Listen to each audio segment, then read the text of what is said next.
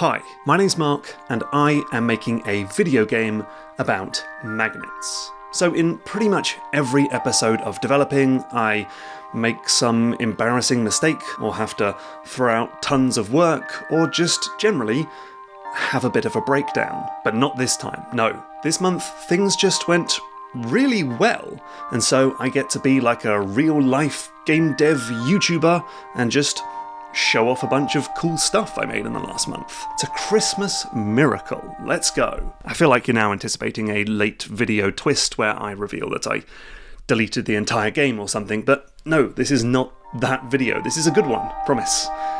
Let's get on with it.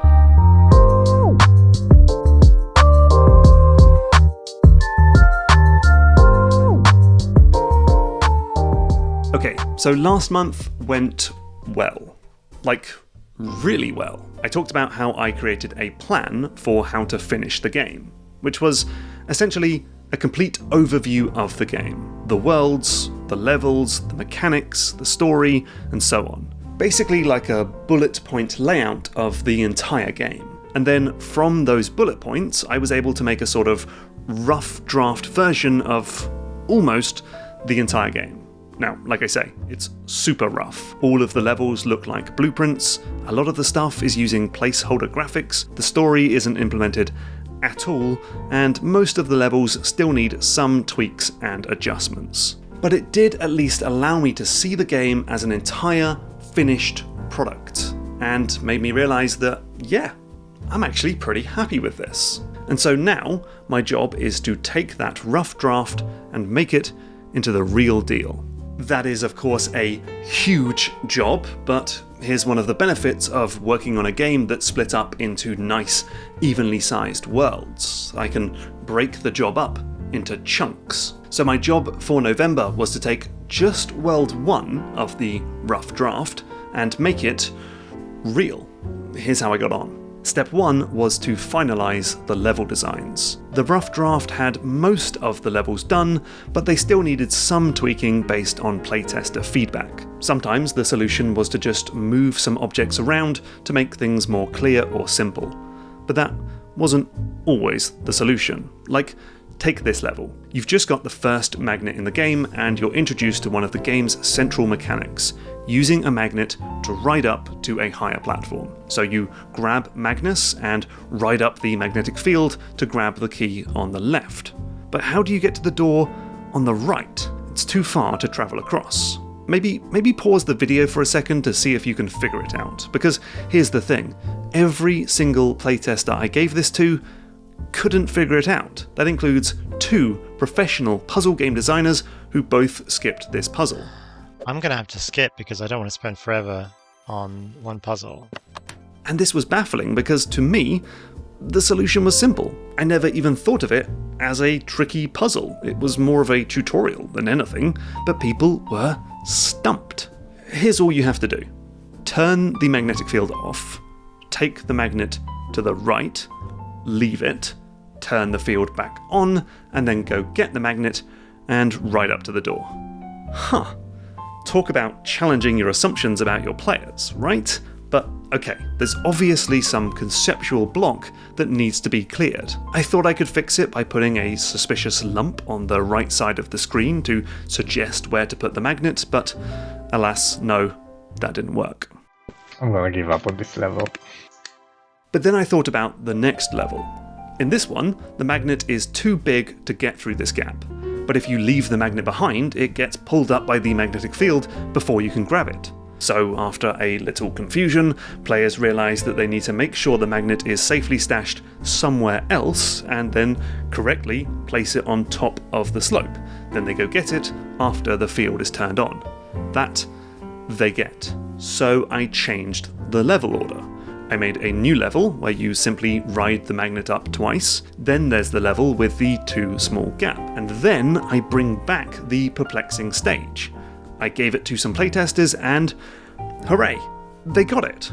Thanks to the new knowledge gained in the previous level, they realised that they can leave the magnet in other places and use that to solve the stage. Perfect. Now, it's obvious that players need to be taught a mechanic before giving them a puzzle on that mechanic, but it was only through playtesting that I realised that leaving the magnet behind is a mechanic, and that this level is a puzzle. But anyway, after a bit more back and forth argy-bargy with my playtesters, I had my finished collection of level layouts. Now, as you might have noticed, all of the levels look rather dull. They all use the same simple blue tile set with a basic grid background and absolutely no decorations or flair. Now, this is actually really useful because it meant I could focus exclusively on puzzle design rather than visuals, and it meant I could easily change things based on feedback, maybe move elements around, or start a level from scratch, or move a level into a completely different world. No problem. But now that I'm happy with the layouts in World 1, it's time to dress them up, to take these boring blue levels and essentially paint over them to make them look more exciting. So World 1 takes place in a sewer. I mean, is it really a video game without a sewer level? I've always envisioned the game to be about escaping a factory by going from the bottom floor to the top, and there doesn't get any lower than the sewers. So here's the step-by-step guide to taking a level from this to this. The first step was to replace the tiles. Now, this was actually really easy. The tile set for the sewer is laid out in the exact same way as the blueprint tile set, so I can actually just use the paint bucket tool to replace all the tiles with a single click. I then use some other tiles to add extra details. In this case, I'm making it so the brickwork tapers off into plain blue to better frame the image. Then I bring in the background. I talked about this before in a previous episode, but it's essentially a bunch of overlapping plates with different brightness levels to give a sense of depth. So we've got the back wall, then an aqueduct, then the front walls with details, hanging stuff like chains and lights, and nearby elements like these barrels. I then throw on a gradient overlay to wash everything out. That's actually really important. These backgrounds are just for visual interest, and so they should never compete with the actual important puzzle elements. You can definitely go too far with this. Take the recently released puzzle platformer Ugly. It's a good game, and the backgrounds are wonderfully detailed, but almost too detailed. It's hard to tell what's important and what's just set dressing. So I try to keep my backgrounds unobtrusive, and just as an additional accessibility measure, if you find these things too distracting, then you can toggle simple backgrounds, which replaces the whole thing with the same grid I was using in the rough draft. Okay, anyway, another way to add some visual interest is to add some particles. These are just basic circles that appear, float up, and disappear. But they look like little dust motes and make the game feel more alive. And then for this sewer world, I added a bobbing body of water at the bottom of the screen. This is made using a very simple and small texture, and then a shader which displaces the pixels using some sine wave or something. I don't know much about shaders, I just fiddle around with nodes until it looks right. The next step is to add these brick walls, which can be used to break up the background and also highlight certain elements like the exit door. Now, I could have made this with a single tile. Repeat this and you get a perfect brick wall. But that obviously looks a bit rubbish. So I use Unity's rule tile to detect the edges and apply a special pillar on the left or right, a cement lip on the bottom, and a shadow from the wall above at the top. And then to make it look even more interesting, I use random tiles. So if I take that same brick pattern and have a few variations, and then let Unity pick which tile it uses at random, you get a really nice and visually interesting brick wall. Oh, and here's an extra cool trick. The bricks all have a semi-transparent black overlay, which is set to only show through a mask. Then I take my character and the magnet and add masks, which are offset to one side. Now, when you run past the brick wall, the characters cast shadows. Neat. Finally, one last step, I add in a few decorations. They're just random bits and bobs, cones, barrels, chains, crates, and so on. They're grayscale and then tinted to a different colour depending on what world they appear in. Phew! I then repeated the same process for all the levels in this world, sometimes adding in unique touches like these pipes, a ladder, and this waterfall. It uses a simple shader to constantly offset this texture's vertical position, and then I use the particle system for the suds at the top and bottom. And in a few levels I added these nuts and bolts which lay on the floor. They kick up when you run through them and also get yanked up by magnetic fields. Okay, so that's visuals done. Time for sound effects. Thankfully, I have added in a lot of the sound effects as I've gone along. When I make a new game mechanic, I don't just do the art and the code, but I try to remember to wire up some sounds to go with it. But there are a few sounds that do still need making. Now, I kind of hate doing sound effects because you have to make the sound, put it in Unity, test it in the game, hate it, and then repeat the process over and over again. Surely, there's got to be a better way.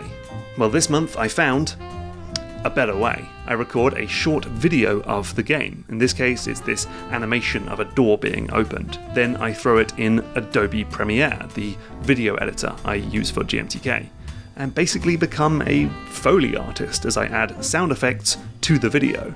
Now I can layer sounds on top of each other, throw on effects, and change the EQ, fade things in and out. These sounds are all coming from Epidemic Sound, by the way. Affiliate link in the description if you want to support GMTK.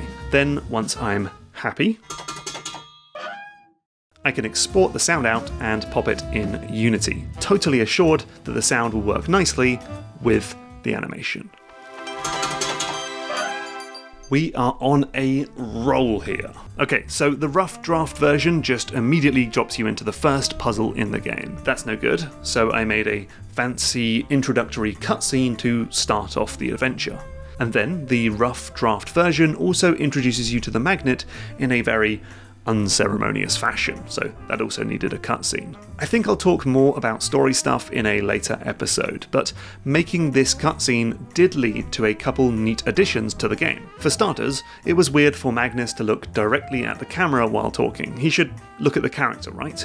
And once I got that working, after a lot of faff, I get so lost in these animation state machines. But once it was working, I realised I could just have it happen at all times. So now Magnus's eyes will follow the character around the room, which is super cute. And also, I have these speech bubbles that show up during cutscenes. But I wondered, with a few tweaks, could I have the bubbles just show up in normal gameplay? I was definitely inspired by the talking flowers in Super Mario Wonder.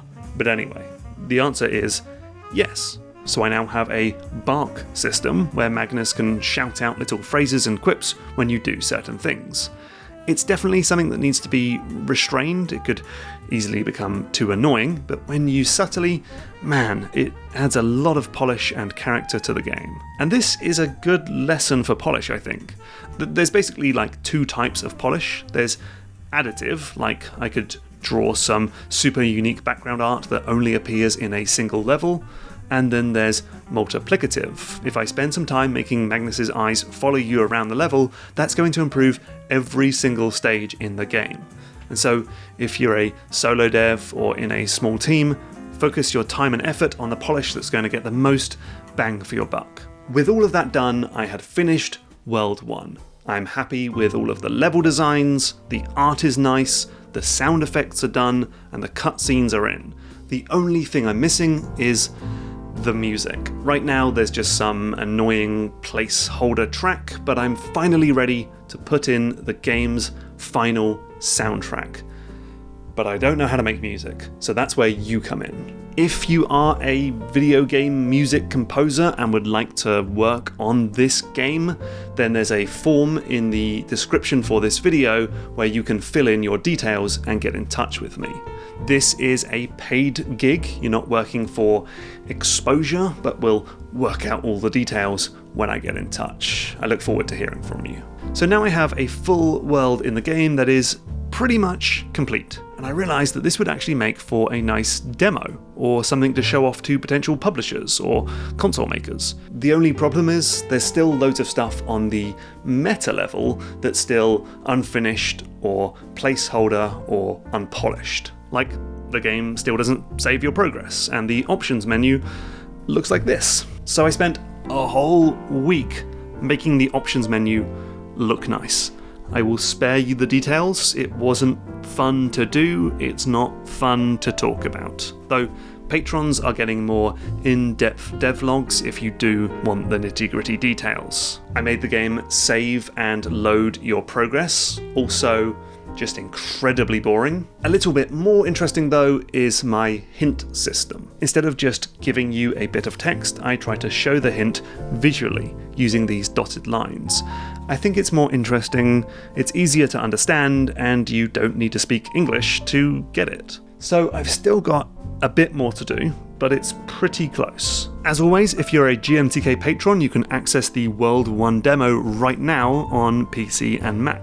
You can also pop in the Discord and help me bug test it if you think that would be fun. If you're not a patron, well then the next best thing you can do is go to Steam and add the game to your wish list. You'll get an email as soon as the game goes live next year, and it also tells Valve to promote my game to as many people as possible. And so that is it for this month, except for when I deleted that. No, I'm joking. This is a good episode. Just let me have one. Thank you so much for watching Developing this year. Sorry again for the 6-month break. But we're on easy street now. That is definitely not true. We're heading towards the finish line now. That much I can say. 2024 is the year of the magnet. So I hope you will join me to celebrate a well-known and totally real festive celebration. Thanks for watching, and I'll see you soon. Bye. I never know how to get out of frame for the Patreon credits and stuff, so I'm just gonna sort of fall down. Whoa.